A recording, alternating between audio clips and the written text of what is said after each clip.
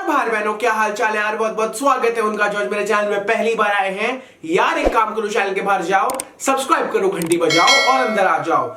और जो मेरे चैनल में पहले भी आ चुके हैं यार, इसे तो अपना चैनल समझो। बहुत दिनों से यार ये वीडियो पेंडिंग थी और मैंने जब एक बार स्टूडेंट से इंटरेक्ट किया तो यार मुझे एक मिसकंसेप्शन लगा उनके दिमाग में कि 99 परसेंटाइल अगर 10 लाख यूनिक कैंडिडेट दे रहे हैं इसका मतलब ऑल इंडिया रैंक 10,000 होता है, ना इधर ना उधर। लेकिन बात ऐसी नहीं है। हमारे पास यहाँ पे जब 4 अटेम्प्ट्स हो रहे हैं चीजें काफी डाइल्यूट होके आती है। तो इसके ऊपर अपन बात करने वाले हैं कि JEE main rank calculation from percentile कैसे आप में से हर किसी के साथ एक स्कैम तो नहीं बोलूंगा लेकिन एक मिसकंसेप्शन आपके दिमाग में बैठा हुआ है कि यार इतना परसेंटाइल मतलब इतना रैंक, इतना लाने से अपन सेफ हो जाएंगे। ठीक है, उसके पहले यार आप में से बहुत से लोगों ने मुझे पूछा था कि यार एक बुक का रिव्यू करने के लिए।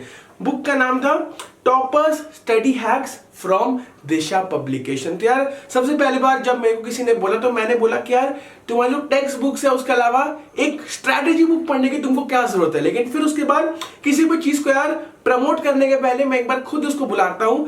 मैंने ये बुक मंगवाई और ये बुक पढ़ने के बाद मुझे क्या लगा बेसिकली कि आपके किसी भी एग्जामिनेशन, आप जेईई उठा लो, नीट उठा लो, उसमें जो सबसे ज्यादा सिंसियर स्टूडेंट्स होते हैं ना वो थे आपके 50, 60, 70 हजार। लेकिन उन 50, 60, 70 हजार में भी टॉप के 10%, टॉप के 5% में आने के लिए सिंसियरिटी डिटरमाइनिंग फैक्टर नहीं होता है। आपका अप्रोच क्या है, आप कौन सी स्ट्रैटेजीज अप्लाई करते हो, क्योंकि हर बार आपका हार्डवर्क ही आपको डिफरेंशिएट नहीं करेगा क्राउड के साथ। मोस्ट ऑफ द टाइम्स आप जो हार्डवर्क कर चुके हो उसको सप्लीमेंट करने के लिए आपको जो स्मार्ट वर्क है वो ये बुक आपको बताएगा। क्योंकि ये बुक में जितने भी आपके टॉपर्स के स्टडी के हैक्स, आपको कितना घंटा पढ़ना चाहिए, कब क्या पढ़ना चाहिए, कैसे कैसे चीजों को रिवाइज करना चाहिए, इंपॉर्टेंट स्ट्रैटेजी करनी चाहिए, आप कितना रिटेन कर सकते हो एक दिन में, हर एक चीज इस बुक में दी गई है। ज्यादा मोटी बुक नहीं, आप देख सकते हो काफी पतली बुक है। मैंने खुद इस बुक को रीड करने में मेरे को हार्डली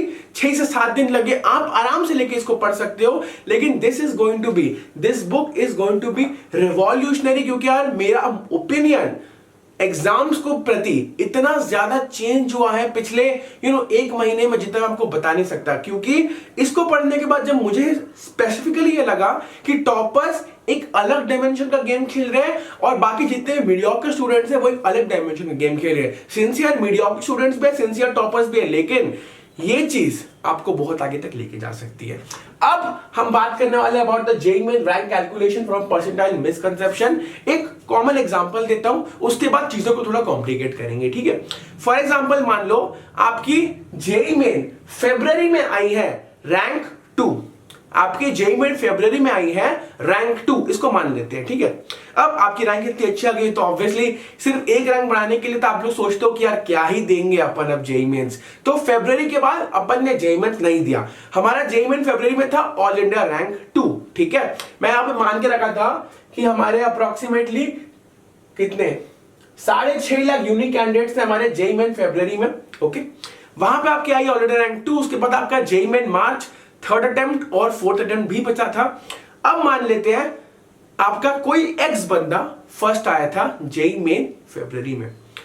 आई एम अज्यूमिंग कि आपके चारों डिफरेंट लोग थे जो लोग फर्स्ट आए थे फरवरी में, मार्च में, 3rd अटेम्प्ट जो होने वाला है और जो 4th अटेम्प्ट होने वाला है उसमें।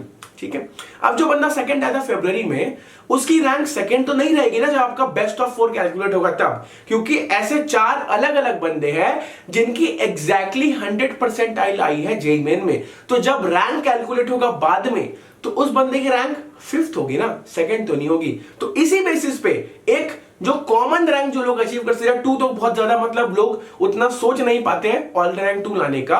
तो अपन एक कॉमन रैंक लाके अब मैं आपको कैलकुलेशन सिंपलीफाई करा के दिखा देता हूं। ठीक है, for example a person has 93 percentile in JEE Main February. ठीक है, उसकी 93 परसेंटाइल आए हैं जेईई मेन फरवरी में, मान लेते हैं अपन, जिसमें आपके 6.5 लाख यूनिक कैंडिडेट्स हैं।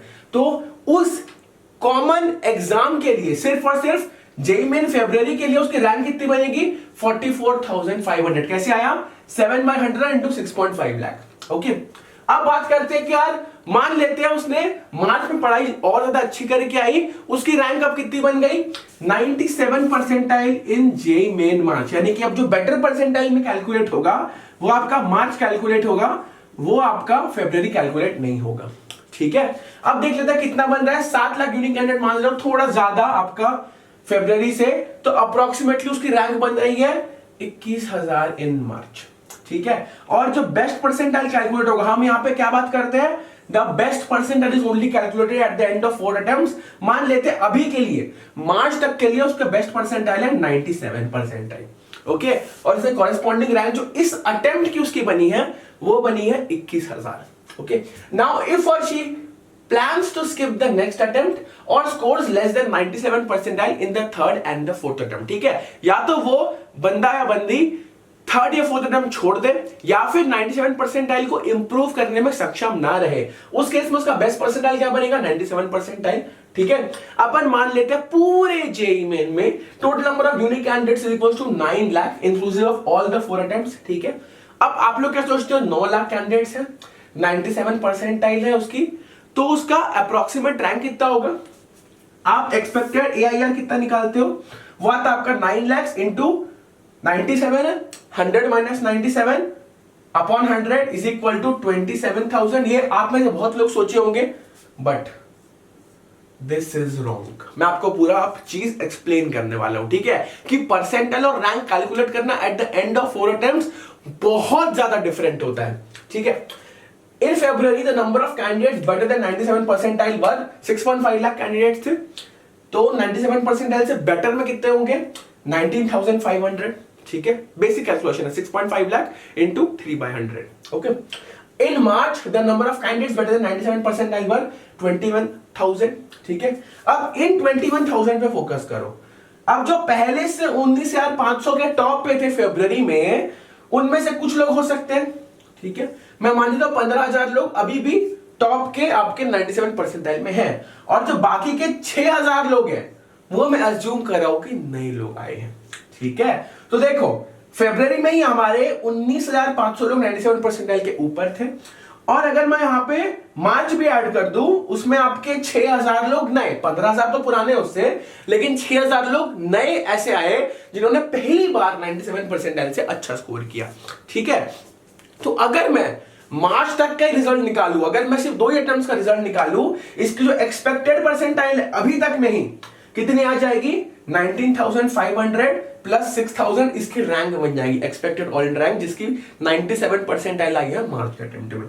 ठीक है, so till March the number of candidates who got better than 97 percentile, okay, is equal to 25,500, 19,500 जिन्होंने फरवरी में ही फोड़ दिया था 97 से अच्छा, और 6,000 नए लोग जो फरवरी में नहीं फोड़े, या तो दिए नहीं होंगे या तो उतना अच्छा स्कोर किए नहीं होंगे, लेकिन इन्होंने मार्च में फोड़ा।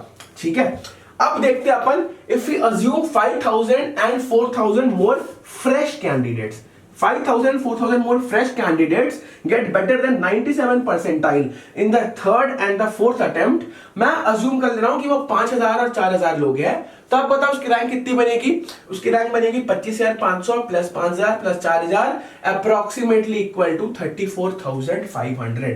अपन अज्यूम कर रहे थे 27,000, एक्चुअल रैंक अप्रोक्सीमेटली कितनी आ रही है, 34,500 यूजिंग सम अप्रोक्सीमेशन। तो मैं आपको यही बताने की कोशिश कर रहा हूं कि आपको जितना लगता है कि यार एक ही अटेम्प्ट है, अपन क्या अज्यूम करते हैं ना कि यार, अगर मैं आपको एक चीज बता देता हूं, ठीक है, अगर ये सारे आपके 9 लाख वाले जो बंदे हैं ना, अगर मैं यहां पे देखता हूं 21,000 में से पूरे के पूरे 19,500 वापस से 97 परसेंटाइल में आ गए, तो अब कोई दिक्कत नहीं होगी। लेकिन आपको ही पता है कि रैंक्स फ्लक्चुएट होती है, कुछ लोग एक अटेम्प्ट में फोड़ते हैं, कुछ लोग ऐसा होता है ना कि यार कंसिस्टेंटली स्कोर कर रहे हैं, लेकिन किसी एक अटेम्प्ट में उनकी रैंक गिर भी जाती है। तो उसी हिसाब से उस जो फ्रेश कैंडिडेट्स आ रहे हैं आपके मार्च में, थर्ड अटेम्प्ट में, फोर्थ अटेम्प्ट में, these people are actually going to be the game changers. ठीक है, तो ये मत समझना कि अगर आपकी कुछ परसेंटाइल है तो इतनी ही रैंक आने वाली है, नहीं, रैंक उससे खराब आती है।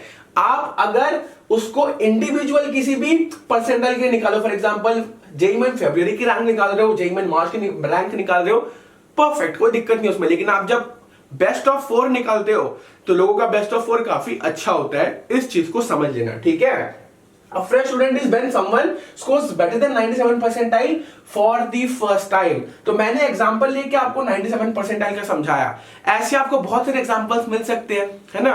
एग्जांपल्स मतलब आपको 93 परसेंटाइल के मिल जाएंगे, आपको 90 परसेंटाइल के मिल जाएंगे, आपको 99.99 परसेंटाइल तक के मिल जाएंगे। So what I am trying to say here is कि आपको जितना अपना रैंक लगता है उतना होता नहीं है, थोड़ी सी रैंक उससे ज्यादा डोमिनेट होती है, क्योंकि वन सीजन वंडर्स जो आपके वन सेशन वंडर्स होते हैं वो बहुत ज्यादा सुधर जाते हैं रैंक में, तो उनकी बेस्ट परसेंटाइल कैलकुलेट होने की वजह से कुछ लोग की रैंक नीचे आ जाती है। एक एग्जांपल के तौर पे आपको वापस समझा देता हूं।